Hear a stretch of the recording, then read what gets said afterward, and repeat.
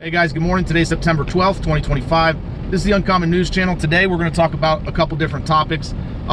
One is a subject that I think has the potential to escalate into major war in the Mediterranean, and the other are just a few cybersecurity issues we'll save for the end of the video. So regarding the geopolitics, today it was verified in Greece that the House of Representatives in Libya decided to reject the maritime memorandum of understanding that they had made with Turkey.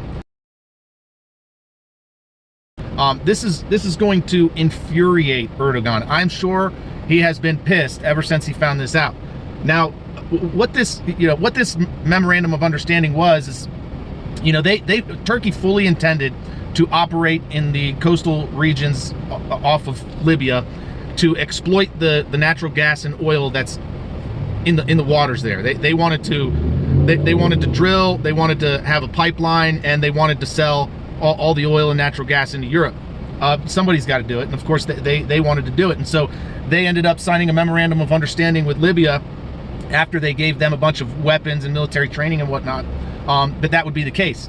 And I think it's only been about 48, 72 hours since the House of Representatives in Libya actually rejected that memorandum of understanding, and so that's not going to happen.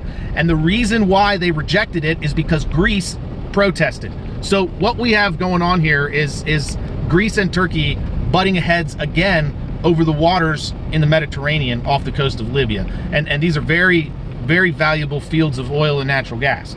So I think what we could see in the coming months, maybe a year or two, is more emphasis is going to be given on the paramilitary corporation, called Sadat. That's basically Turkey's version of Wagner, like the Wagner group. I think you're going to start seeing a lot more of Turkey's allies receiving Bayraktar drones. I think you're going to see their proxy forces in the Sahel region get more drones, get more missiles from Turkey. I do believe you're going to see assassinations in Libya. I do believe you're going to see sabotage in Greece. I think Kosovo and Albania, if they agree to stay aligned with Turkey's ambitions, I do believe they're going to be getting Bayraktar TB2 drones, and I think you're going to see basically Turkey trying to surround Greece with drones, with their Bayraktar drones, with proxy forces that are going to be equipped with those drones. I think there's also potential we could see Turkey strike a deal with Hezbollah, because the Lebanese government right now is promising to disarm them, and so Hezbollah is going to be wanting and needing to make deals with anybody so that they can keep their power and influence in the region. So a lot of things are happening on the geopolitical scale in the Mediterranean and in the Levant area, and I think it's important for us to talk about those things because none of the other major channels are talking about that, and it's a very, very important development. It's definitely something that's going to be increasing hostilities between two NATO members, Greece and Turkey, and I do think it has the potential to escalate into a major conflict. So we'll just keep our eyes on that. All right, so let's go ahead and move on to the cybersecurity news. So there's two things I really want to cover. The first is a vulnerability on Twitter with Grok. So there were some hackers that found out that they can get Grok to post links to malicious websites. And if you click on that link, it'll take you to like a CAPTCHA page. It appears to be a CAPTCHA page to verify that you're a human.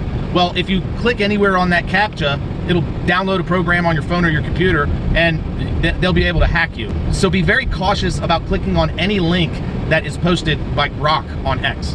And the second cybersecurity issue I want to talk about is the TP-Link servers. There are 3 TP-Link servers that are no longer good to use. They're being actively exploited because of a vulnerability with their firmware.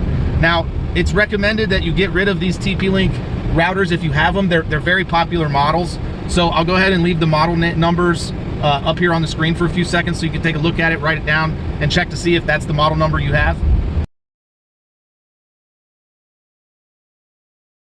So if you have any of those model numbers of TP-Link wireless routers, you need to either update the firmware right away or you need to get a new wireless router, because these TP-Link routers are actively being exploited right now. It's a vulnerability that is being exploited, and you could lose everything. People can hack into your computer and find out all your sensitive data and everything that you're doing. So pay very close attention to that vulnerability. So anyways, guys, if you appreciate this content, you want to support what I do, go ahead and give me a thumbs up, share, comment, subscribe.